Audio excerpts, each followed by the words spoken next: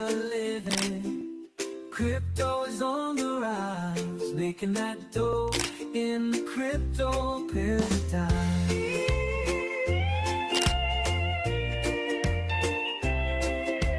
Watching it grow, buying low, selling high. Riding the wave, I'm here to stay, living in the digital age. No banks, no fees, just decentralized. It's crypto paradise. Ooh. No banks, no fees. Alrighty, good morning from paradise. Take two, gentlemen. Amazon Web Services, huh? Hey, Jeff, get your shit together, bro. Thought you were the richest man in the world. Stop fucking over all the companies on the internet, including Riverside. Anywho, I digress. What's going on, gentlemen? Happy Monday morning. It is October 20th, and if we resumed October, is this the start of the run to $130,000 Bitcoin and beyond? Or maybe just a fake out pump and dump? We will discuss, we will ruminate, and we will give you our takes as always. $700 million on the move over in Pulsechain. Richard Hart, are you rugging us or are you pumping us to Valhalla? Oh, never a dull day in Pulsechain. Jeez Louise. And then Elon Musk. Thank you, my friend. Shilling FLOKI happened to be the name of his dog, but maybe he's talking about the meme. We don't know. Up 30%. Is this the start of dog season and meme season over on Ethereum, BTC, and Solana? We will get back to you on our takes on that. First of all, gentlemen, is this live stream working? I think so. It appears to be live now. At least appears to be live on YouTube and Twitter. I can see it. I see some comments coming over here on YouTube. We're good to go. All right, Jeff. I forgive you, Jeff. I'm sorry I besmirched your character. You're forgiven. All right, folks, so let's get into it. Let us get into it. Enough banter about the market, or enough banter about football. That was last take. Let's get right into the markets. We're up, 4% on Bitcoin in the last, 12 hours or so. Do you guys think this is the start of a meaningful run, or are we looking at a reversal and just more chop? I think it's going to be hard to really say here. You got to get above key levels. You got rejected at a higher low so far. We went to 111. We're back down to 110.6. So you got to, build your bases, get above these higher levels. But nonetheless, I think it was a good sign that we did bounce there. But again, it was off a 4-hour bullish divergence. So you're expecting some kind of upside. Now it's kind of the moment of truth. Until you really get above 114,000, that's where the moving averages are. You're still in chop territory, and we got to see what happens. It is nice that Ethereum is outperforming. Some crypto-related stocks are outperforming, and now we have, Elon shilling FLOKI, sent it up 30%. Pulsechain is up 10%. We'll get into all those news pieces, but it is nice that some other alts are outperforming Bitcoin here. But I still think we're in the time of the market where Bitcoin does need to go to new all-time highs for us to have a true alt season, and Ethereum really to get above that $5,000, $6,000, $7,000 level. Yeah, similar boat. I think it's still too early to tell. There's setups that look good both ways for this to be, that the low's in. We're ready to start climbing back up the ladder. And there's plenty of setups that look like this is a perfect, continuation of a trap here. So I think we need a little more time to tell. But hopefully you didn't get shooken out completely. We told you, we've been telling you for weeks and weeks that October is going to be wild. As soon as we get those rate cuts in September, hold on to your butts and make sure to protect yourself, because there's going to be a lot of volatility. We were expecting this to be a rough month. So is it over? I don't know yet. But I know towards the end of the month, in about, 9 days, we've got the FOMC meeting. I think that's going to help dictate a lot of what happens coming forward. Tomorrow, we've got a huge announcement. The Fed is doing their big Bitcoin summit, Bitcoin and cryptocurrency summit. I think they've got Coinbase and Cardano and a whole bunch of other people coming to speak. Talk a little bit more about that later. So there's a lot going on in the next, we'll call it 10 days, that could make a big difference in the markets. But we also know that world's still pretty unstable place. We've seen what black swan events can do. I mean, early this year, we had nothing but bullish news and nothing but red candles. So we can have all the bullish news in the world. If the world macros aren't lining up, Bitcoin ain't going anywhere positive. So we will see. I mean, I look at it in terms of probabilities, right? Because you don't really know what tomorrow's going to bring, obviously. But what are the chances? Do you think there's a greater chance that we get another massive crash? And we just had a 20% crash in a day. That was like a week ago, right? What are the chances that we have more downside from here versus dip buyers coming in, people anticipating this rate cut coming on the 29th? We have some bullish news coming out of, I guess, the SEC, as Nate mentioned. Gold is at all-time highs, taking a little breather. I just feel like probability-wise, we're greater chance of an uptrend, but of course there's going to be chop along the way. We know this market is dominated by leverage traders and perpetuals and market makers and these exchanges that cause this volatility, right? And so my expectation is further volatility, but we'll zoom out and, we are going to be higher from here in the next, weeks and months ahead. Yeah, I still think we have a bullish Q4. I think Bitcoin, Ethereum, pretty much anything you can name is going to be higher by the end of the year than it is now. And I guess let's talk into some of those things that are moving. Elon Musk bringing back meme season. Obviously, CZ was able to do it for 3 days. Now here's Elon. FLOKI is back on the job as ex-CEO. And why is this meaningful? Well, Nick, this is just his dog. This means nothing. Why is this meaningful? This exact tweet, this used to just be an image. And this was the exact tweet that spurred dog season all the way back a year ago, and FLOKI went to new all-time highs and mooned, and it really spurred a lot of momentum in the dog sectors. Even Kai was kind of born out of this meme, and now he has reposted the meme, but used Gronk image to change the image into a video, and this is what you have here. This has sent FLOKI about 30% higher just on a simple post.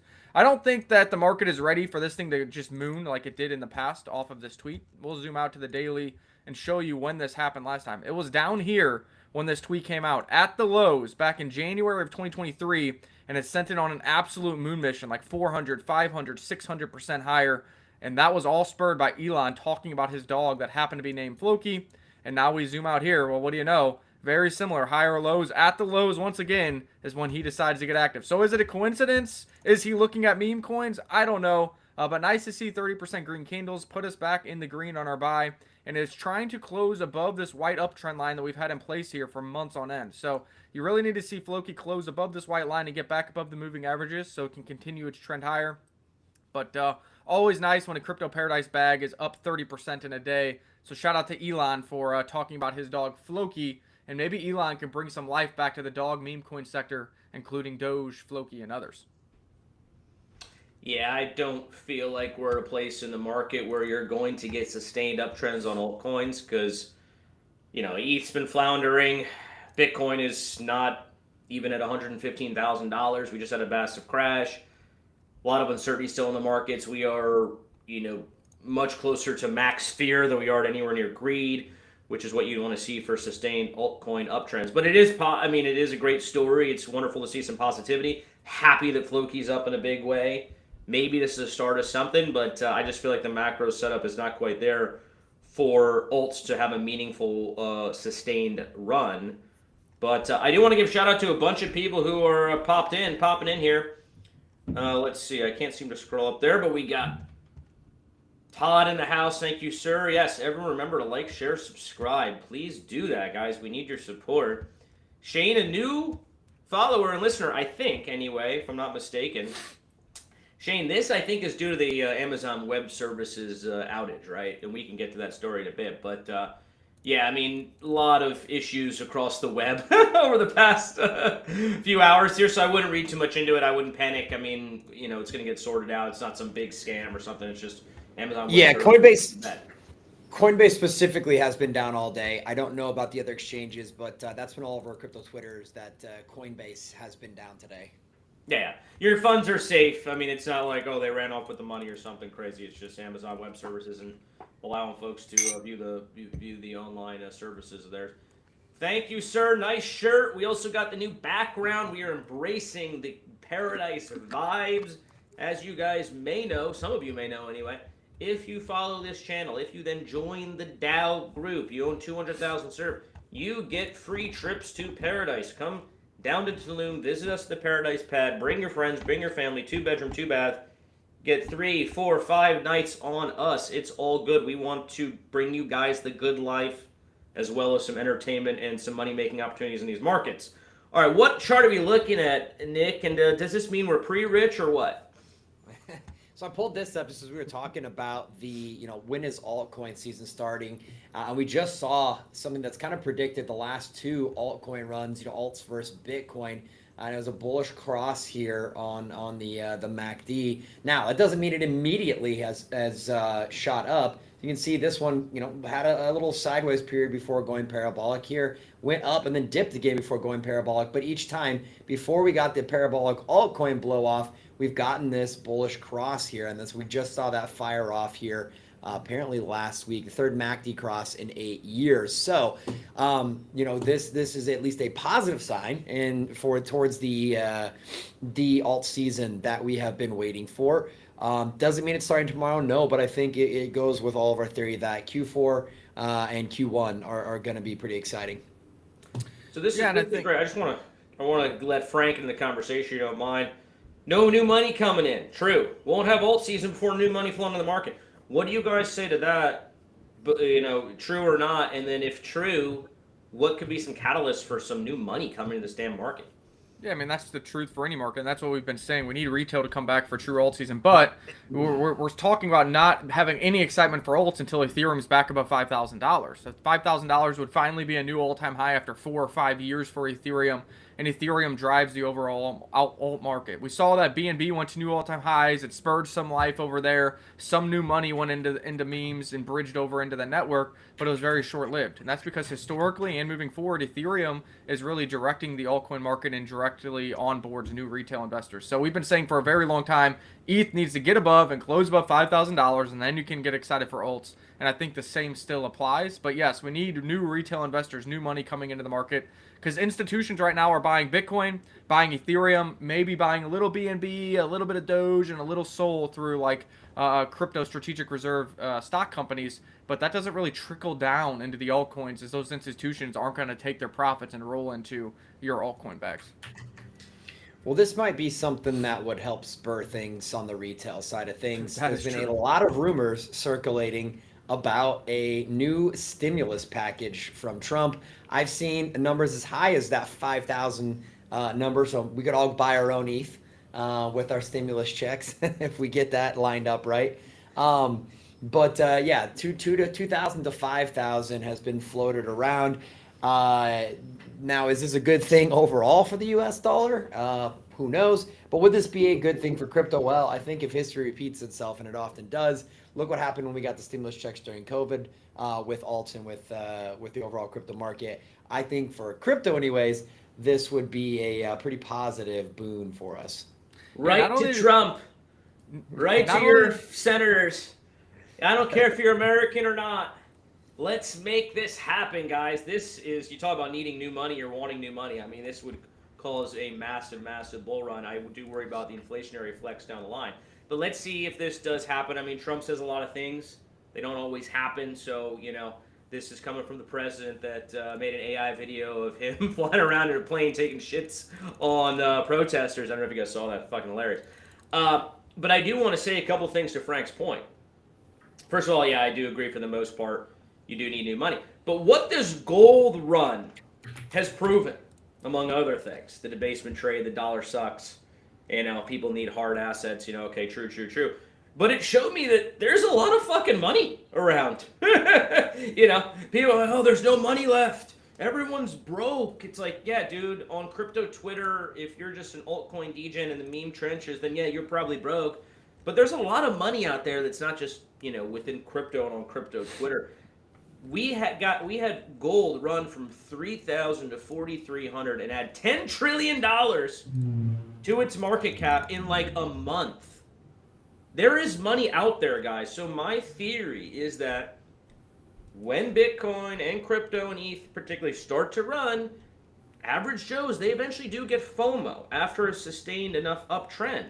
And they will find their way into these markets, just like people lining up around the blocks to buy gold. Shiny Physical yellow rock. gold. They will find their way in these Bitcoin markets if there's a sustained uptrend. Yeah, the like other thing too is history repeats itself there. Coinbase, when those stimulus checks went out, had history like proof that that was the most amount of exactly $1,200 onboards into buying Bitcoin and crypto, and the stimulus checks were exactly up to $1,200. So pretty funny, pretty ironic, and people will want to speculate with that money. If they don't need it to survive, they're going to put it in something. And last time they put it in Bitcoin, crypto, and Pokemon cards, because those are the markets that absolutely surged when we got that. So getting $2,000 or $5,000 or even $1,000, obviously some of that will find its way into the markets and will help pump our bags. Looks like JD Vance out here pumping our bags.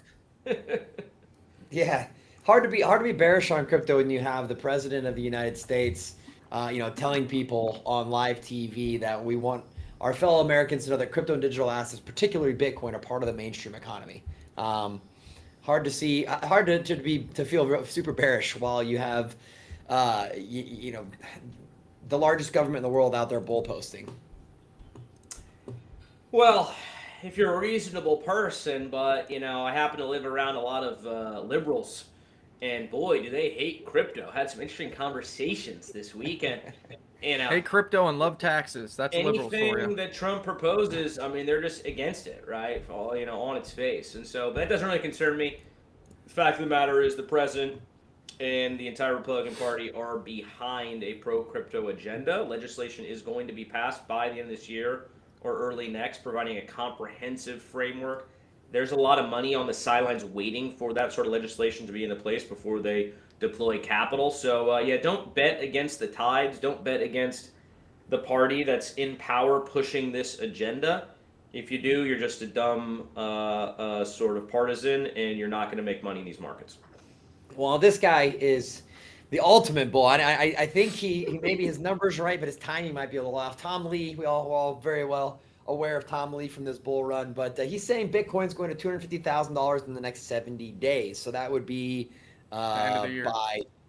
just before the end of the year here. Now, that's aligns pretty close with your 244K that you said. Now, are you changing the timeline on that? Or are we sounds pretty familiar. I mean, I said 244K back in January of this year, and everybody looked at me like I was an idiot. And now we're closer to 244K than 50K, so it's like we're getting there. I don't know if we get there by the end of the year. I think really it's like by the end of this cycle, and we think that the cycle continues into 2026. But having Tom Lee come out and say this last week at this event, I was just like, hey, wait a second, is he stealing our data? But this is good. I mean, this shows that his quants, who get paid hundreds of thousands of dollars a year in salary, are closer to my alignment than what the rest of the market alignment is, and other people are saying the top's already in.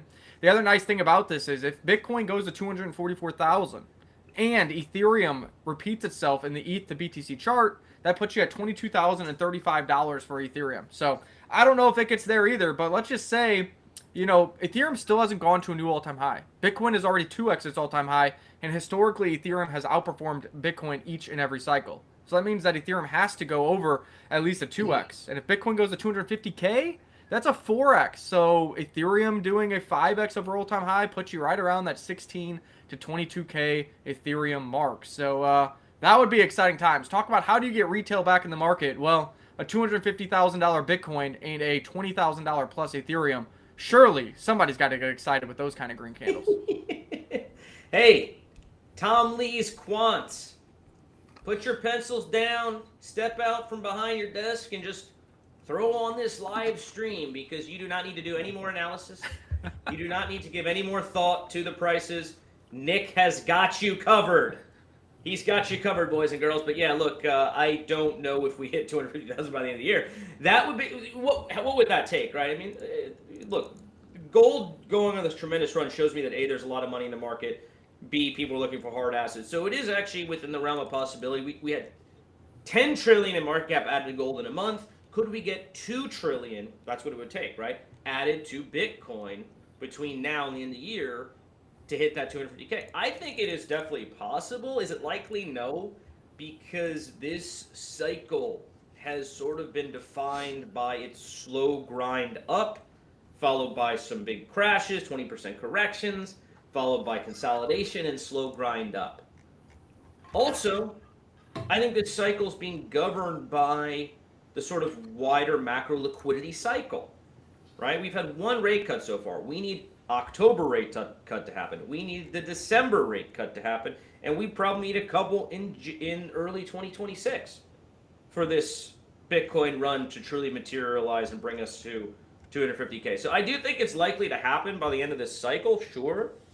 But 70 days, I mean, I guess it would take a sort of gold FOMO momentum trade for it to happen. Yeah, I guess mathematically it's very possible. Is it likely? We shall see. I'm going to stick with my 244K by the end of the year just because I've been saying it for like 10 months now. So I got to stick with it, right? But I think the gold rally does show you that mathematically it is possible. But like you said, is it likely? I think it's still likely by the end of the cycle, but that would, require us to be correct and that the cycle continues into 2026. Yeah, the other thing with the end of the year scenario, I don't think that favors us overall as an industry. If we go up that hard that fast, we're very likely going to come down very quickly as well. Versus if we take the next 6 months well into 2026 to get up there, I think we have, it's going to be a much less epic crash after. Yeah, I actually don't want a parabolic move, a 2x on Bitcoin in 70 days. I mean, I want it. I want it on one hand, but on another hand, it's like, damn, that doesn't give you a lot of time for maybe an alt season to happen, which I guess you would assume would happen after that big run. But you would then be in crash territory because you'd be like well overbought. Mania, would be in full effect, and normally you would see a big crash after. So I don't really like that. I've kind of liking this. I'm liking this slow grind up, and what's been happening this cycle. The only problem with it is there's been no alt season at all, really. I mean, we've had 3 days here, 2 weeks there. I mean, last summer we had a meme season for a couple months. It's been really tough if you're an alt. So that is the negative. But yeah, I mean, the slow grind up, followed by 20% corrections, followed by more slow grind, and that brings us to middle or end of 2026 if we do that. I mean, I'm a happy camper. Yeah, I mean, if you're thinking the 4-year business cycle is now a 5-year business cycle, that would line up with Bitcoin actually topping at the end of next year, which would be pretty wild if that happened. So we'll see. But talking about alt season, Richard Hart a couple days ago said he doesn't care about alt season, he cares about Pulsechain season. And then a few days later, we looked at the strategic ETH reserve. Bitminer has added more ETH. Sharplink Gaming just raised $76 million. They're going to be buying more ETH. Ethereum Foundation continues to sell ETH, but they are now staking it at least, so maybe they'll sell less. But where is Pulsechain at? It was up here at number 3 for so long. Number 4, wait a second. What's going on? Did we all get rug pulled, or is Pulsechain about to moon? The Pulsechain sack wallet is now down all the way to 51. Yes, there's only 715 ETH left, or $3 million. That is because over $650 million worth of ETH has been sent out of this wallet. Some of it finding its way through Tornado Cash, others of it finding its way through fresh Ethereum wallets and still holding the ETH. Is it a rug pull, guys? Is Richard Hart going to pump the chain? Is it a coincidence that just 2 days after him saying, I don't give a shit about alt season, I care about Pulsechain season, $650 million worth of ETH goes on the move? If you know me, I've been saying that, hey, eventually this was going to get full ported into the chain and pump it to Valhalla. Is that about to happen? The only time that any of this money has found itself on chain, it was $20 million, and it sent Pulsechain to new all-time highs. I've been saying, wouldn't it be nice if this Ethereum was staking and you get all that yield that can be pumped into the chain? I mean, what's your guys' thoughts and perspective on the timing of this? And do you think Richard Hart just rug pulled us? Did he get hacked? Or is some of this ETH going to help pump Pulsechain moving forward? I don't think he's thrown away his entire last 5 years. I don't think he fought the SEC, was on house arrest, couldn't do any sort of live stream, had his entire livelihood and literal life threatened to be thrown in jail indefinitely just to go and pull to do a rug pull publicly right after he beats all that. So to me, I think that is completely out of the question. But when do we see this start coming in? How do we see it start coming in? What exactly is he doing with this cash? That's super exciting. That's going to be fun to speculate on and going to be fun to see. But yeah, if you think he just fought the SEC and the United States government tooth and nail for, 2 years, only to then beat them and then rug? Come on. Yeah, that's not a likely outcome at all.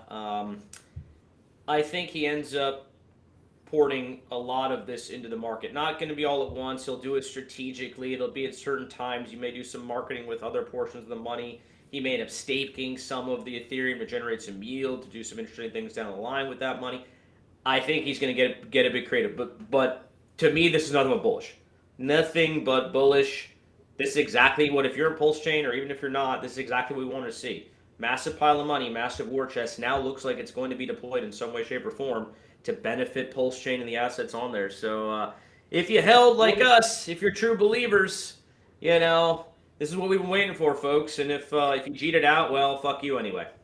If you've been holding and earning surf, if you've been farming Rhino and Emit and all the other great projects we've been bringing you over the last couple of months on Pulsechain. I know, I mean, I'm still farming Emit every day. I've still got a big old bag farming and staked of Rhino. I've got, multiple other projects that we've been working with on that. It's just, we said, hey, daily, a couple dollars here, a couple dollars here, a couple dollars here. And that bag has been growing and growing and growing. Well, now if you've been doing the same, if you've been following the Pulsechain ecosystem recommendations that we've been making, now is when things are about to get very interesting.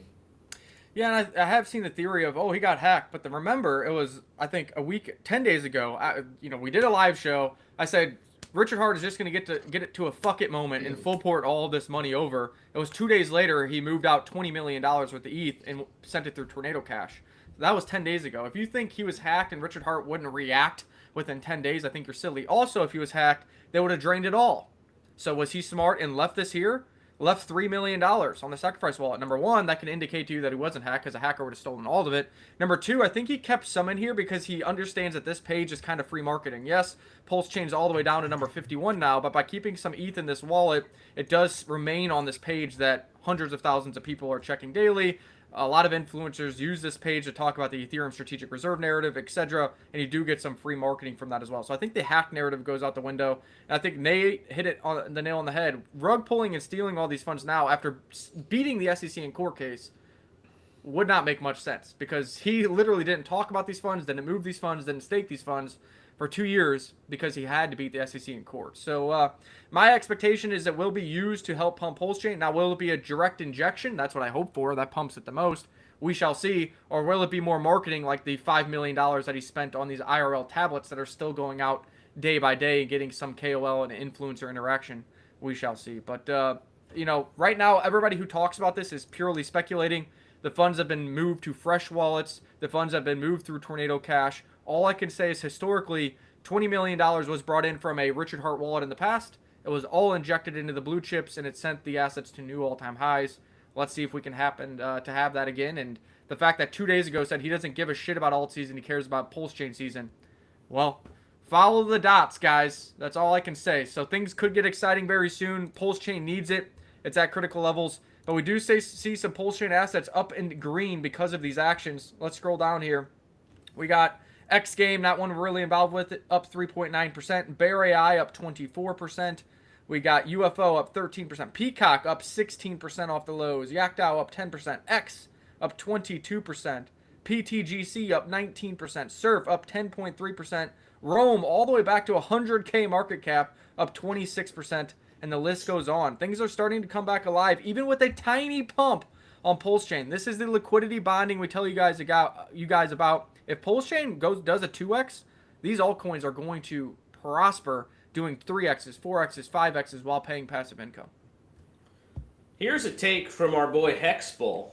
A little tongue-in-cheek, a little bit of a joke, I think. What if Richard Hart's bearish and hedging for the bear market? Yeah, maybe he just converted all that into stable coins, right? I don't think that's the case. I mean, first of all, logically, I don't think it makes sense that we are starting a bear market here. We've talked about that ad nauseum on the channel. But secondly, now, why would he do it now? Why would he start to do this massive marketing campaign, right? Just spent $5 million apparently on a in-person, in real-life marketing campaign. He's now back out there tweeting like a maniac. I mean, he's doing like 10 tweets a day, apparently considering live streaming again. So do you do all that in the face of rate cuts, in the face of Trump administration pushing this industry forward, to then say, you know what, never mind, we're bearish and we're moving into stables? That doesn't make a lot of sense, and I think you're kidding, so we're on the same page. I think it's just a matter of time for Pulsechain, guys. It is up to us, influencers, community members, to help support this. I mean, if he's truly doing this, if he's now bringing money into the chain, if he's going to be pumping our bags, we need to be behind him. We need to help out. We need to help onboard people. We need to be positive. Stop being assholes. So if anyone in the Pulsechain community, you've been salty, I get it. It's time to switch those frowns into smiles and push the positivity, because it's going to take a village, folks. Have you guys heard anything about the Aster airdrop? This was one that we told you guys was going to go lower into a void, and it is down below our buy zone even. Way down below the $2 mark we said was going to give away, down to $1.18 here. But the reason we haven't bought yet, or told you to buy, is because the airdrop was supposed to happen on the 14th. But due to the liquidity crisis, they actually pushed that back to the 20th, last I heard. So is the Aster airdrop happening today? If so, that's why we have stayed away. As last I saw, something like 300 million Aster tokens were getting airdropped on the next airdrop campaign, which would be equivalent to over $300 million that could hit the open market and could be hitting the sell button. Have you guys heard anything about the Aster airdrop? I'd stay away from it as well. I mean, especially because the only thing, well, two things that Aster has going from it, from everybody I talk to, everybody says, as far as the perp decks go, their tech is the worst out there. Like that, it's awful. That most of the other top ones, Hyperliquid, Lighter, the other big Pacifica, the other big perp decks is out there in terms of tech. Kick Aster's ass every day of the week. The only thing that's been pumping Aster is CZ has been tweeting about it and pushing it, and they have this massive airdrop coming, so people are points farming. So when this airdrop happens and all this money goes out, their options are basically to say, okay, here comes the next airdrop campaign season, so you better keep farming. And that's kind of a race to the bottom with spending. Though CZ and Binance have big pockets, but if this airdrop goes out and they don't announce any plans for additional future airdrop points farm, etc., I don't know that there's a lot of incentive for people to continue to trade on Aster, and which again would mean there's no point there's nothing pushing the token back higher other than speculation on CZ tweets. So I'm avoiding this one. I just don't see there's much better options out there, I guess, would be my take on it. I ain't touching it. I don't like these mid caps anyway. And this is not even a mid cap anymore. It's just, was around 50, top 50, if I'm not mistaken. So limited upside from my estimation.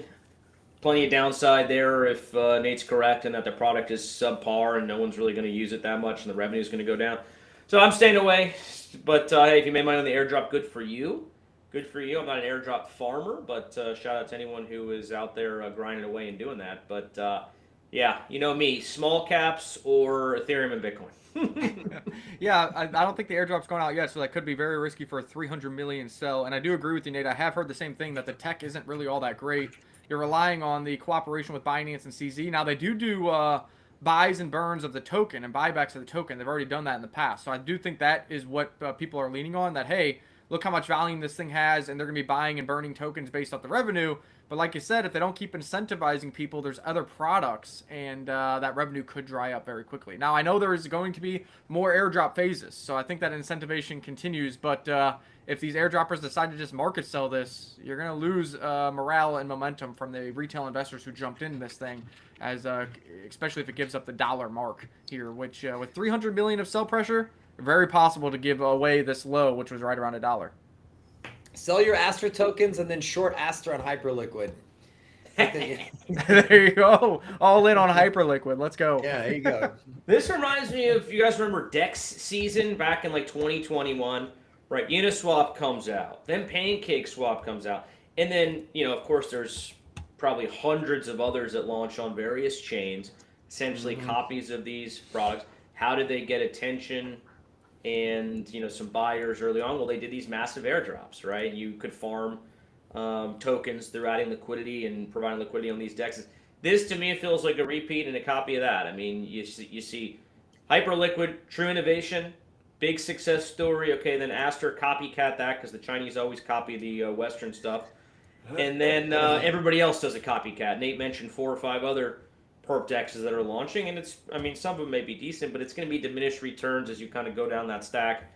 I don't know, man. We need more innovation in this industry. We need less copycats and less airdrop farming and things of that nature for us to really, I think, be taken seriously as an industry.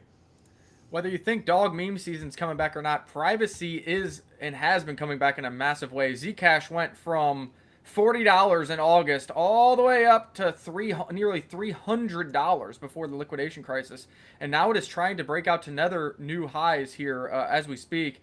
What is your guys' take on the privacy sector as a whole? We've seen Zcash, I mean, melting faces for a large cap, going from, you know, nearly a 10x in just a few months. And people like such as Zen have been following suit, breaking out of 6-month consolidation periods, breaking to the upside, and continues to follow the Zcash narrative. Do you think that ZK snarks, privacy, obviously we believe it's very important. That's part of the reason we got into crypto. But privacy doesn't really exist in Bitcoin anymore. Privacy doesn't exist in Ethereum anymore unless you're using Tornado Cash. Do you think Zcash, Monero, Horizon, Dash, and some of these kind of make a comeback or build some new tech to kind of shield and obfuscate some people's wallets? Well, I think a lot of these privacy projects are getting a boost off of the announcement that Ethereum is working towards becoming a privacy chain in the future. That was a big announcement from Vitalik, I think right around the end of August, somewhere in there. And this movement gets a boost twofold. One, like exactly what you're talking about. Many of us came here. Many of us are here for the privacy side of things, for the nature, the pseudo-anonymous nature of crypto. The privacy chains making that beyond pseudo, making it actually anonymous, being able to have your finances operate privately. But the reason that Vitalik and a lot of these other tech plays are out there, the ZK Syncs of the world, etc., it has less to do with privacy for the sake of privacy of the individual and more about privacy for security of the blockchain and all the protocols running on top of it. I am certainly not qualified to explain why and how that exactly works, but on a 30,000 foot level, I've heard some very good people give speeches on it at conference. I've seen some great videos on it. But think about a 30,000 foot level. If you can't see what's going on behind the curtain, it's much harder to attack it and exploit it if there's multiple layers of privacy in the way. That's more or less what it boils down to. But this is something I think we're going to continue to see a trend. Now, do these legacy, some of these dinosaur privacy tokens like the Zens and the Zcash and the Monero, are they going to be the main benefactors of this? Are we going to see new security protocols launching?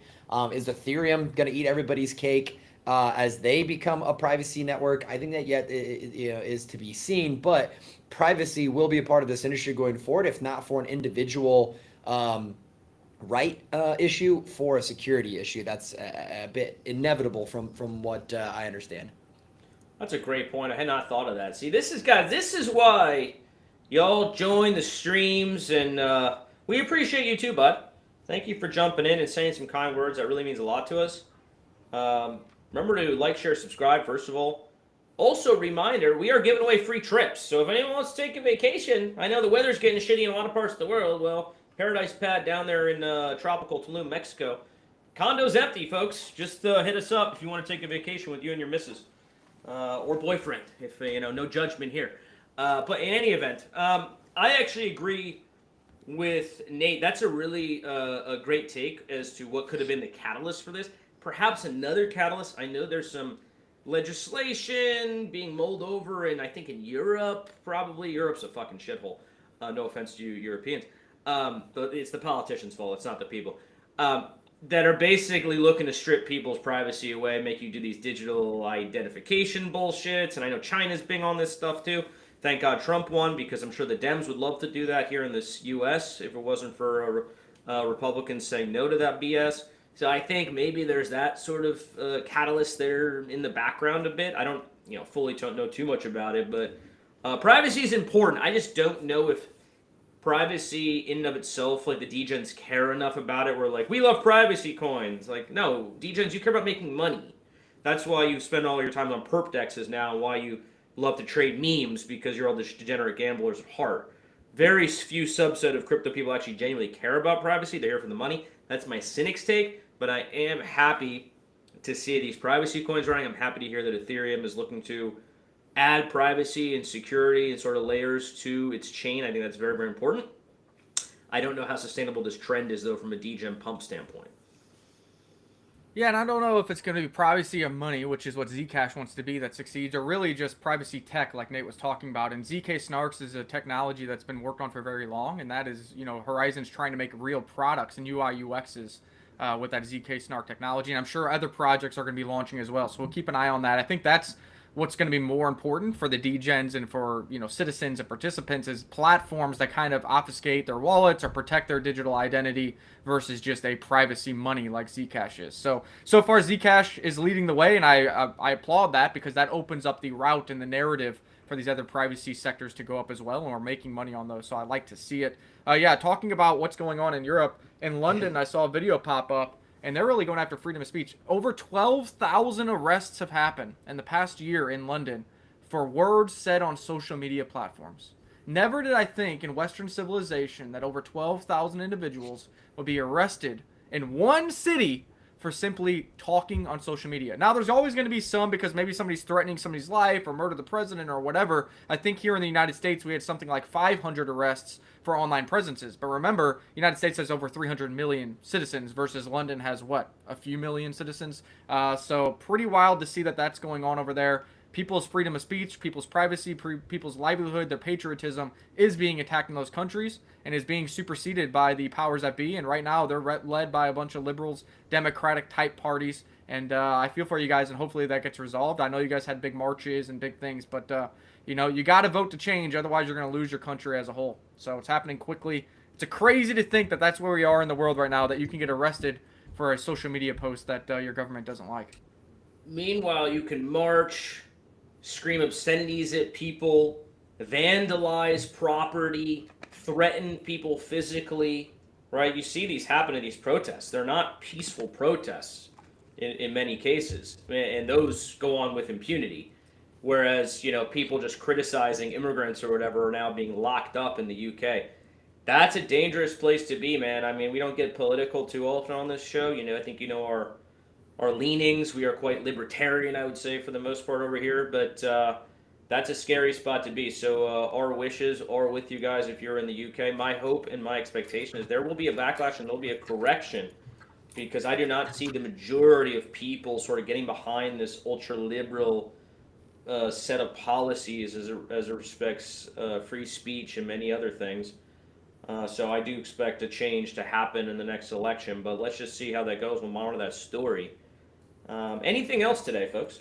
I saw some other videos in Vietnam of people trampling each other to get and buy gold. Was that by your apartment, Nate? Were you the one selling gold to them, or what was going on there? That wasn't me. That's a monthly event they do here. They actually have certain days, according to the lunar calendar, that gold is like lucky to buy. So they line up on those days. God.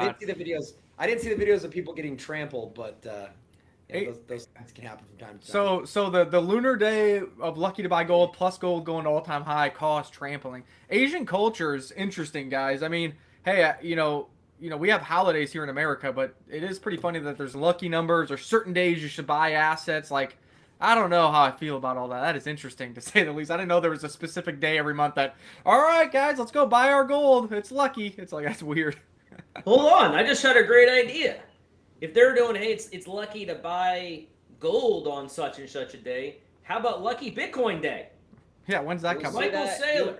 Make it happen. You'll get that. You'll get that right after Tet holiday. That's why all right around the Lunar New Year, all the Chinese markets dump and then rebuy. Lucky Bitcoin Buy Day. To me, that's should be everyone the first of the month. You get your paycheck, your dollar cost average in whatever you can afford. In 10 years, you retire on the beach. That is Lucky Bitcoin Day, first of the month. But yeah, look, people can do what they want. I respect all cultures. Do not try to impose your culture on me, though. Get out of here with that. Like, I love you, I respect you, but don't go trampling on my shit. I was pissed when my kids got a religious holiday here in the town. I was incensed that the religious folks have now caused me to be inconvenienced and have to watch my kids for a few hours. That was a nightmare. But in any event, we're off track today, folks. We're off track. What do you guys want to hear us talk about? Any other news stories that popped up over the weekend that we should cover? I think we covered most of it. Obviously, had the market shakeout last Friday. Things have kind of bounced around from there. Talked a little bit about the potential stimulus checks. We talked about, I guess we could cover this real quick. We kind of mentioned it. We never dived into it. There is a meeting coming up tomorrow that's being hosted by the Fed, all around digital assets and cryptocurrency. So here we go. Federal Reserve will host a conference on payments innovation. Representatives from Chainlinks, Paxos, Circle, and Coinbase amongst its panelists. And this is on the 21st. So it's kind of the overall agenda you can see in here. They'll be talking about bridging traditional finance into the digital asset ecosystem, stablecoin use cases and business models, AI and payments, tokenized products. So a lot of the top trending things, stablecoins, RWA, tokenization, etc., going to be covered here. You can see you got Sergey, the founder of Chainlink out here. We got CEO of Fireblocks. We've got, I think I saw Kathy Woods here somewhere. Yeah, founder of Paxos there. We've got the Circle president, Coinbase people, Kathy Wood at ARK Invest. So a lot of good names from our industry going to be there talking about some important things. And again, hosted by the Fed tomorrow. It's hard to be bearish when you have this Fed meeting, then you got Fed's going to cut interest rates. Hopefully they surprise the market and do a 0.5 basis point cut rather than a 0.25. That would be huge. And then you got just, QEs coming online, history of the 4-year cycle for Bitcoin. You got Thomas Lee talking about 250K Bitcoin. You have these meetings happening. But also don't forget, I think it's like the last day of October into November 1st, you have all the world leaders going to be meeting. And if it's not settled by then already, I bet you a deal with Trump and China will be done because they will be seeing each other in person at the end of October as well. So it's just like the only thing the market has feared recently is China and Trump.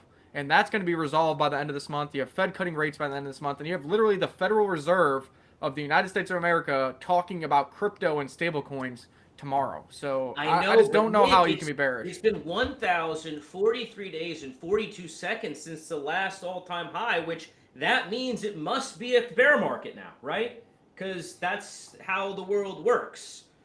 Fucktards. Anyway, I love this story here that you pulled up, Nate. I was actually unaware of it. A couple of things I want to just point out here. A little analysis for you guys. Opening marks by Christopher Waller. Christopher Waller, one of the Fed governors. Very smart guy. He was out in front of this last rate cut. He wanted a rate cut back in, I think it was September, earlier in the summer. So he's been on dissent saying he wants rate cuts, right?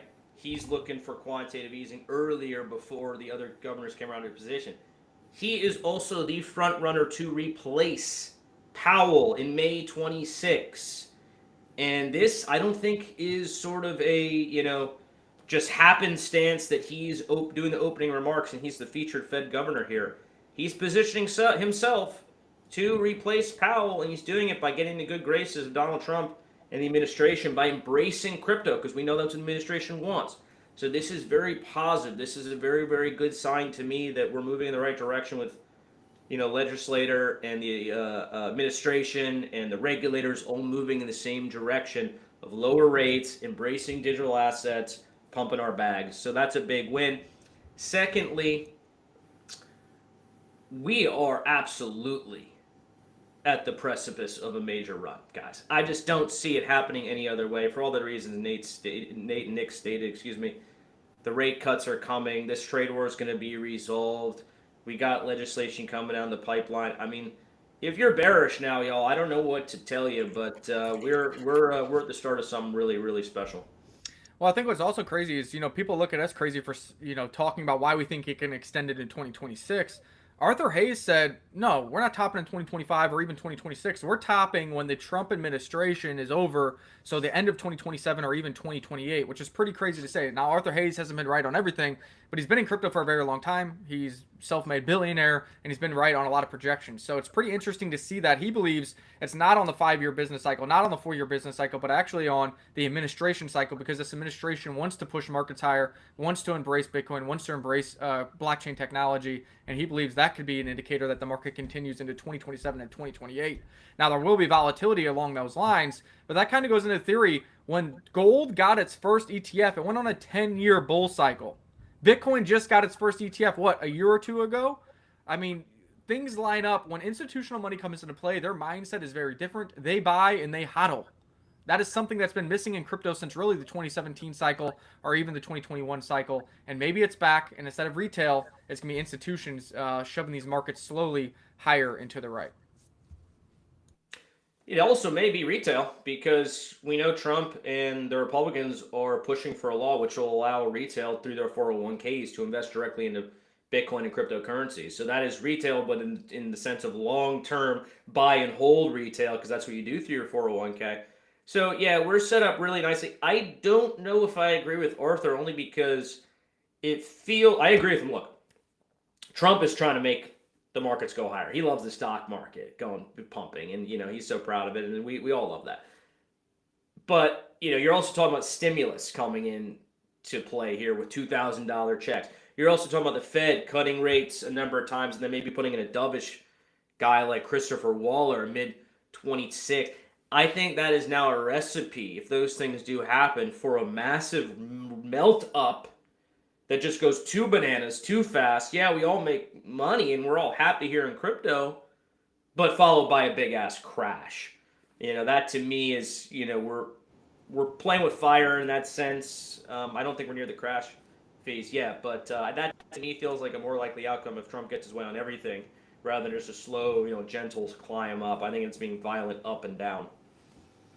I mean, I hope Arthur's right, but I like his logic, but I like it through the elections, the midterm elections next year. I don't see, it wouldn't matter who's in office. They're not going to let the markets crash right leading into election. So if they can, anything they can do, they'll pull out all the tricks in the book, whether that's printing money, cutting rates, whatever they have to do to keep the economy and the stock market strong through the elections. After that, it's anybody's game.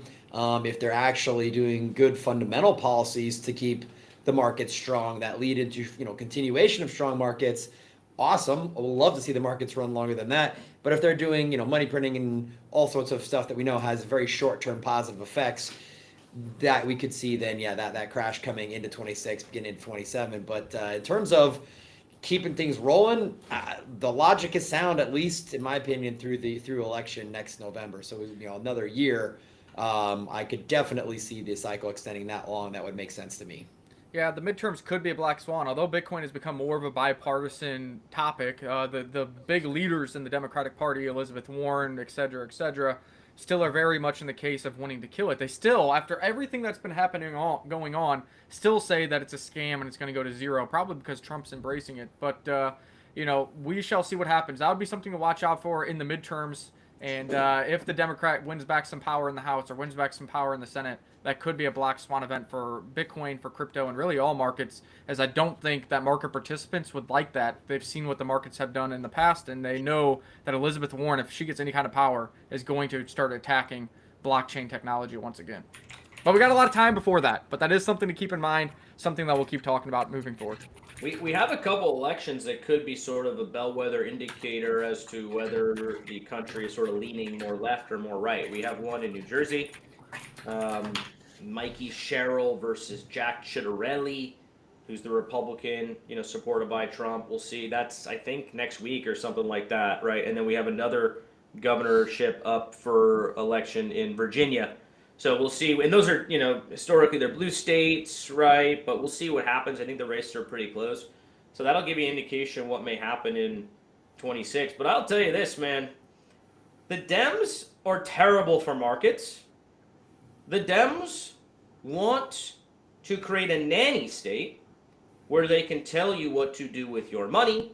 They can tell you where you can invest, what you cannot invest in, what you can gamble on, what you can't gamble on. That is their vision for society. Controlling you guys so that, I don't know, maybe help the poor or the transgenders. I have no idea what their end game is. But that is absolutely what they want to do. So if you are in any of these states that are coming up to vote, and you care about the financial markets, you care about financial freedom, I highly suggest getting out and voting for Republican. Because they are for freedom, and they are for allowing markets to do what they do, and the Dems are trying to create bullshit nanny states. Yeah, also, you don't want to see the taxes going up. You're going to have less money to invest when your taxes go up. I know Mandami in New York said, how are you going to pay for the free buses? Well, we're going to raise $9 billion more of taxes, property taxes and taxing the wealthy. So if you guys just love, hey, we'll just keep, inflating our budget and we'll just make it off of your back by taxing you more, you can vote for that. But I don't know about you. I'm already pissed at the taxes I already pay and think property taxes shouldn't exist. Much rather go up every single year. Well, if you want to see how crazy things can get, take a look at what just came out in Europe. I mean, we've talked about some of the, freedom of speech things, people being arrested for really asinine stuff, posting online or saying something in public, etc. But now they're starting. The pictures becoming even more clear. We've heard all sorts of horror stories coming out of the WEF, etc. But it's starting to be enacted. This one, it's so absurd. It's scary, but it's funny. They are now putting carbon scores on food. So the picture I saw was like a packaged sandwich you get at like a 7-Eleven, right? And it said this is 8.1% of your daily carbon credits. And this is being rolled out along the same time that they're in the EU enforcing a digital ID on everyone. So the question becomes, what happens when you hit your monthly or your weekly or your daily quota for your carbon credits on your food? Do you just get the... Do you have to literally eat the bugs then, or to reduce your carbon numbers so you can have a pizza later in the week? Like, this is the level of insanity that Europe is already getting to. You're going to be, when you pay with your card, it's going to be linked to your digital ID, and you're going to get declined to buy your food at McDonald's, not because you're out of money, but because the powers that be decided you've eaten too much beef and you've increased your carbon footprint too much for the week. So no more Big Mac for you. You better go eat some Soylent and grovel at home till you're global warming and more steak. Global warming and carbon dioxide has nothing to do with actual reality. All right, it has to do with power and control, and that is a prime example of power and control. Putting carbon footprints on your meat or whatever it is. This is why you got Bill Gates trying to make money off of Beyond Meat and saying we need to not allow cattle farmers anymore. You need the cat. There used to be way more, like when he says, oh my gosh, look at the methane in the air from cattle. Do you understand that before the Americas, when it was just the indigenous people, there was millions and millions of wild bison roaming free across the planet? So it's all bullshit. It's all for power and control. You do not have a carbon issue. You don't have a carbon dioxide issue. Don't fall into this shit. And it's sad that we've trended in that direction. This administration has backing those things a little bit. But also, isn't it ironic that it's always the celebrities that are talking about carbon footprints and you need to change while they're flying on their private jets hundreds and hundreds of times a year, producing more carbon from one flight than you do with your daily commute to your 9-to-5, schlepping away each and every day. So meanwhile, we can't eat I think it's all scam. Yeah, it's completely ridiculous. If you look at who is emitting the most, if you care about carbon dioxide and you think that those things do cause global warming, by the way, I do think there is absolutely a correlation there. I mean, it just wouldn't make sense the other way.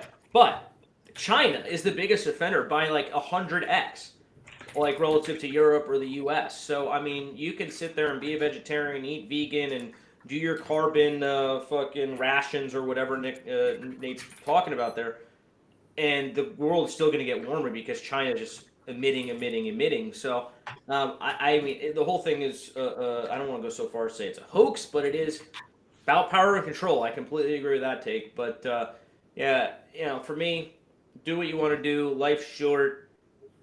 You ain't gonna stop global warming as an individual anyway, so you might as well enjoy yourself. The celebrities are taking the planes. China's pumping, garbage into the atmosphere at rates you can't imagine. So go out, live your life, and hopefully, you can enjoy your beef and your steak dinner every so often. Yeah, eat your steak, buy your Bitcoin, and pay your taxes. Modified carnivore diet right now, so I'm trying to make up for as many of the vegans out there as I can. Good man, doing your part, doing your part there, Nate. So he's making a difference. Apparently, beef prices are up. I mean, we need to produce more cattle, right? The demand is people like beef; they want to keep buying it. It's delicious. I love it too. I had a delicious a brisket this weekend. It was phenomenal. I want to do it again. Beef prices are up, but I will say this about prices up. People are making a big stink about this thing. Oh, it's up 20%. It's a couple bucks difference, guys. Like, why are we up in arms over this? I get if you're super poor, this hurts. But okay, my groceries are $20 more than they used to be a year ago. Big fucking whoop. Yeah, the issue with beef in particular is less about the farmers are able to still produce. It's more about the butchering and packaging industry is very, very, very tightly controlled. I think there's only 6 or 9 processing plants in the entire nation. So that's where the bottleneck is. They won't let them build more. That's the big fight that they're having right now is that they're, typical Washington lobbyists. Wait, the government control whether a private corporation builds a processing plant. What the fuck, dystopian world USDA. USDA, baby. FDA, all that Yeah. nonsense. So the So issue is slap the not label on production of cattle; it's the bottleneck of getting them processed and et cetera, et cetera. So I got to go find a local farmer and buy half a cow from him, throw it in your deep freezer. Yeah, can I find a farmer and do like a crypto for beef sort of trade? Just set up and I just like get him into crypto. Maybe I'll send him some surf tokens and he'll like cut I me up wonder some if bang filet mignon every week. That's I a wonder good if trade. Piedmontese Farms, good old Nebraska company that's actually blown up in the last couple of years, they do direct to door grass-fed beef and bison. And I bet they would do crypto payments. I wonder if I have to check their website It's out. okay. I can use my credit card. I'm just joking around. But I go to Costco, guys, and I mean, I know everyone's complaining about prices are up, inflation, blah blah. I don't really know. I mean, yeah, maybe it's. I can't tell. I mean, I don't know. All I know is I look at my holdings in the financial markets, and I've made so much more than that extra $20 a week that I'm being, that's being imposed on me or whatever the result of inflation. So get invested, guys. Get your hands on some hard assets, and That's you'll the be key. happy when the markets are pumping, and then you won't care about a $20 increase in your weekly grocery bill. I think we kind of covered everything. We kind of gone off the train here, but at least we're live and hopefully entertaining you guys. Bitcoin is up, Ethereum is up, Pulsechain is up. A lot of the assets on Pulsechain. Go buy Surf, 200,000 Surf. Go buy 400,000 Surf if you want to be in Frontier Fund, because we're about to get another payout in less than a week from those guys. They're going to make thousands of dollars simply by doing nothing, by holding 400,000 Surf and investing some capital over there. And, we'll see what happens. The privacy narrative, Zcash is about to go to new highs. NASDAQ's about to go to new all-time highs. Markets pumping, gold pumping, Bitcoin pumping. Your wallet should be pumping. Obviously, if you hold altcoins, we need to see the catch-up period. It only happens when ETH gets above 5,000. I also don't think that the sacrificed Pulsechain money gets pumped into this Pulsechain until ETH gets above 5,000 too. About a week ago, Richard Hart says, people don't like selling things for cheaper than they bought them. And we know that Richard Hart bought a lot of that ETH. I think it was between like $3,800 to $4,800. ETH gets above 5,000, goes to new all-time highs, and then just like the gold rotating to Bitcoin, Richard Hart's ETH rotates to Pulsechain, and we all happy-go-lucky as Pulsechain absolutely melts your face. We're all pretty rich, guys. There is no doubt in my mind. I hope you didn't get washed out in the last liquidity crunch a few weeks back, and I hope you mostly hold spot. Or maybe you're in Frontier Fund and those guys know what they're doing, so they're actually making money in the leverage markets. I'm in a good spot. I'm feeling good. I know beef is a little bit more expensive than it used to be. Liberals are marching down the street complaining about no kings, but, that's just a bunch of old boomers and some weird transgender people as far as I can tell. So we're in a good spot, guys. I don't know if you get any of that. It happened in my town. It happened all around where I'm at, and it was a strange makeup of people participating in those No Kings marches. But get out there and vote, folks. Get out there and vote. You know what, Nate? It's nice to see the switch of crypto armor. Not that you're fully switched, but you were leaning more on the left side, and now after you see the markets, you're seeing the lunacy in your own towns, taxes going up, you're like, you know what? This kind of sucks. I need to find my way more to the middle and to the right. So it all happens. The Great Awakening happens to everybody when you start to just look at common sense-wise, when you start to look at your own wallet, and when you start to see those the people with purple hair marching down your street, you're like, what the fuck is going on? This is too weird. And especially when you start raising kids in that. When you start raising kids, you're like, why are my kids watching cartoons on Netflix that's talking about transgenderism? That is disgusting. That is too far. We got to go the other way. We got to go back the other way. Look, I'm actually, people can do what they want. They can believe what they want. They can march. They can protest. And, I support the right to do that. You know what I read recently, going to what Nick said about how I've changed my mind. A hallmark of a super smart person, you guys can look this up. A hallmark of a super smart person, I'm not here to toot my own horn, but it is someone who can change their mind on things, right? New facts came in, right? I've changed my mind because new facts. I suggest you guys do the same. It's okay to change your mind. Maybe you go from more left to right or maybe more right to left. I don't know, but it's okay to change your mind on things when new facts come in. That's a very important part of being a human. It's an important part of being an investor. My goodness. It's a very important part of being an investor. That's what how's the old saying go? Don't let logic get in the way of a good argument. There you go. The other thing is too, it's like you don't have to agree with everything on this Trump or everything on the right or everything on the left, but you have to be able to be like, all right, I'll give you a little golf clap for something you did. Because it's not to say that everything the left does is crazy. It's just you have to, when they do their good thing every once in a while, sure, give them a golf clap. But if you're on the left, when Trump does something good like ends a war or cuts your taxes or pumps the market, and you find a way to skew it as a negative, it's like you have something wrong in your head. You got to be able to see each individual event as a positive or negative. Give a golf clap when it's good. Give a boo when it's bad. That's what you need to be able to do. It seems like we've just gotten to the part of this, fireball of politics in the United States and really globally that you can't say anything is good on the other side. Otherwise, you're endorsing them, and you don't want to skew any votes that way. And I think that's what's really, brought all this political violence across the globe is just you can't support even a little bit of something good happens on the other side of the aisle, and that's just not good for human nature, discussion, debate, or anything like that. That's a great point, man. Yeah, I'm not fully one side or the other. I can criticize Trump. I criticize the Dems. I'll give them their flowers when they deserve it. I do blame social media for siphoning people off into their little like silos or whatever. The algorithm is just showing you what you want to see. You never see anything positive on the other side. So there's that to it. I also think Trump, his personality and the way he just talks and comports himself, it's a turnoff to a lot of people. Let's just be honest. It's kind of, he's funny, but he doesn't act presidential in my opinion. But that's okay. I'll give him his flowers. You know what I mean? He pumped my bag, so that's all I really give a shit about. And I think that does turn off some people. They're like, I don't like his personality, the way he behaves, and he's accused of this, that, the other thing with women back in the day, and so therefore, everything he does is bad because I don't like his personality, which is also a stupid take in my opinion because you're here to support policies that affect you, not you don't like this guy, therefore everything bad.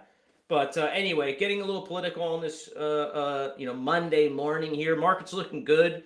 We're feeling good. So I guess we can talk about Trump for a while. I know you guys are probably bored of it. We'll get back to some more market analysis tomorrow. But anything final before we wrap it up today, folks? What you got, Nate? I know you're about to go to bed. You might doze off during the live show if we go any longer. We will win. We will win. Yes, we will. We're feeling good. The market's up. It's funny how that works, right? As soon as the market turns green, everyone's like, bullish, happy, risk on.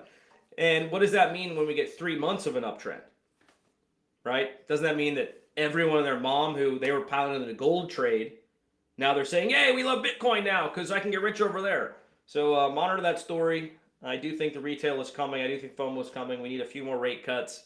We do need to see ETH above 5,000, all those good things. But we're pretty rich, guys. Just hang on to your hats here. That's as good a place as any to end it. All right, folks. As always,